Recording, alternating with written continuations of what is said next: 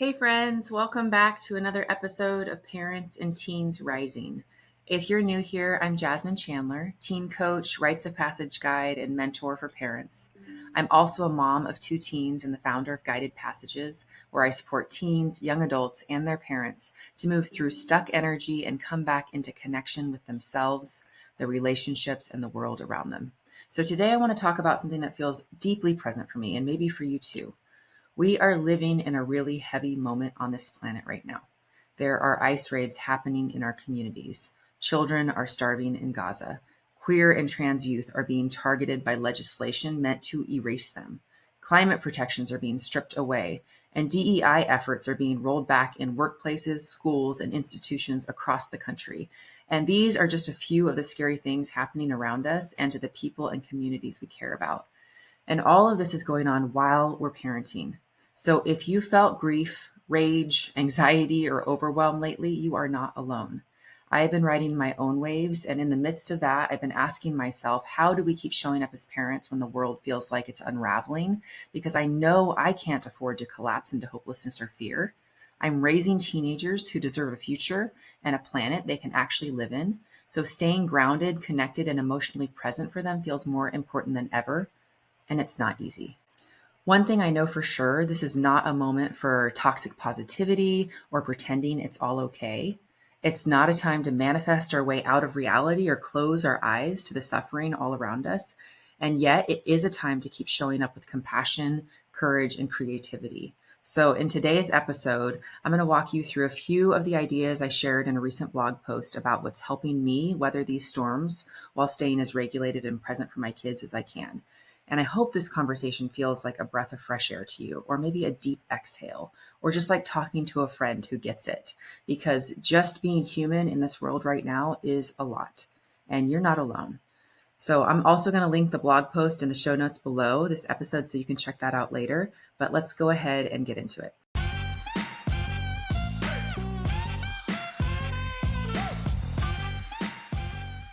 All right. So one of the biggest things that's been helping me lately is simply letting myself feel it all. So I name what's happening. I let the waves come when they come.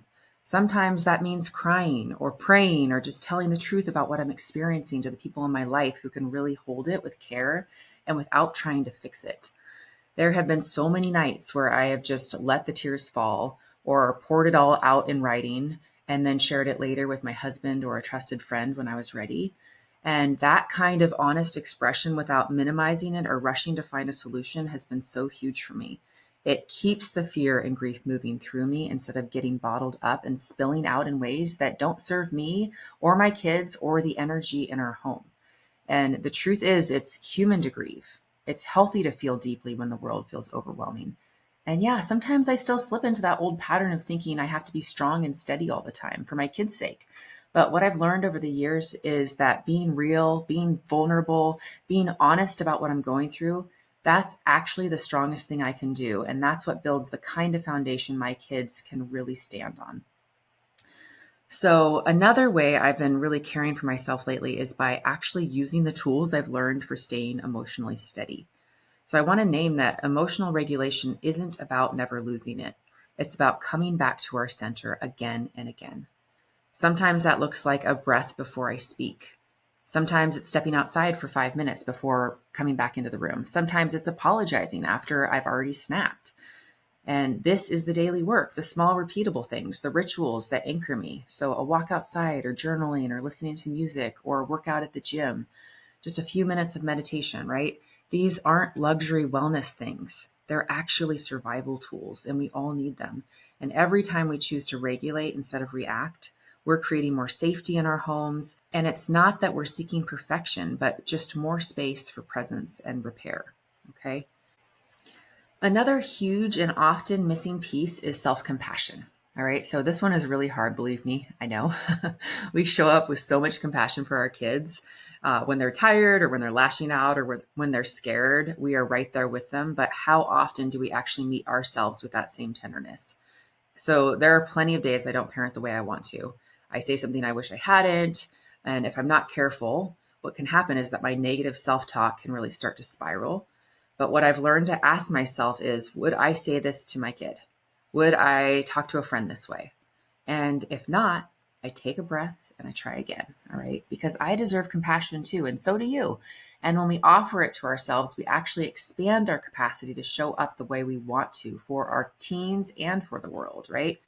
Okay. So next, let's talk about creativity as an antidote for anxiety. This one has really been a lifeline for me. So when I'm in a creative flow, when I'm sewing or beading or taking a dance break in my kitchen when I'm doing the dishes or when I'm gardening or writing, I feel different. I feel more present. I feel less anxious. I feel more like myself.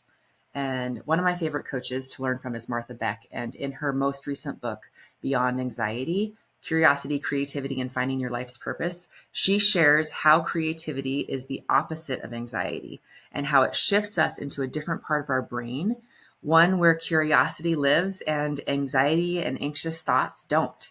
And from that space, we can really access joy and meaning and even a little bit of hope sometimes. So if you've been doom scrolling or zoning out just to cope, I completely get it. I've done it too, and I still do, to be honest. But when you can, try something creative instead. It doesn't have to be fancy. Just make something, cook something, move your body, beautify your space, right? That creative spark is such a powerful and grounding force, and it can really propel us out of that fight or flight anxiety mode and into a different experience in our body and in our mind and in our spirit. Okay, so another way to move through challenging times is to take micro actions that will help to move the needle in the right direction. So, in the face of a crumbling democracy and global crises, it is so easy to feel powerless. And believe me, I have felt that way many times in the last 6 months and beyond.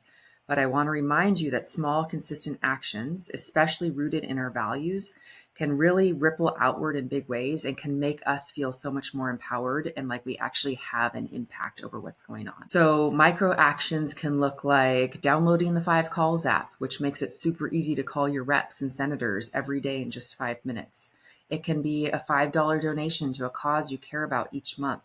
It can be boycotting businesses that have rolled back DEI or shopping at a BIPOC or queer-owned business.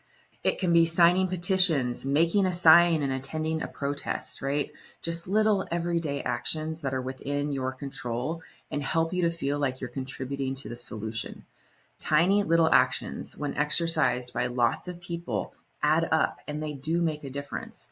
And even if you can't see that difference happening right now, it's making a difference in here, right? It's making a difference in here. It's making everything feel a little bit more manageable, like you're having a little bit more impact over what you can control. And this is values-based parenting. This is what it means to live our truth instead of just talking about it. All right, so the last thing I want to say today is this. We can tell the truth about how hard things are without losing hope. We don't have to sugarcoat it for our kids. We can say, yes, this is scary. Yes, this is painful. And I'm right here with you. And when we're present and honest and real like that, that's what creates trust, okay? So one of my favorite authors and speakers is Glennon Doyle, and she says, life is not safe. And so our task is not to promise our kids there will be no turbulence. It's to assure them that when the turbulence comes, we will all hold hands and get through it together, right? And that's what we're doing, just with real honesty, with what we're actually feeling. And it gives them permission to actually feel the hard things that they're feeling too, right? So that's the kind of modeling that we want to do, right? So if you're in it right now, if the world feels heavy and your heart feels tired, I see you. You're not alone in this, but keep showing up with heart and with honesty and with creativity and courage and compassion, and especially all of that for yourself, right? This kind of parenting is a quiet, radical act of love. It's what changes us inside, and it's what creates a world our kids can stand up in.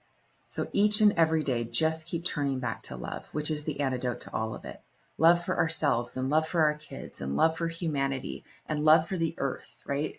When we return back to love, we heal ourselves and we help heal the world, okay?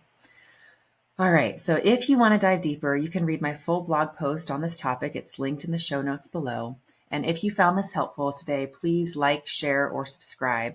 It really helps more folks to find this space, and it means the world to me. So take care of your heart today, and I will see you in the next episode of Parents and Teens Rising.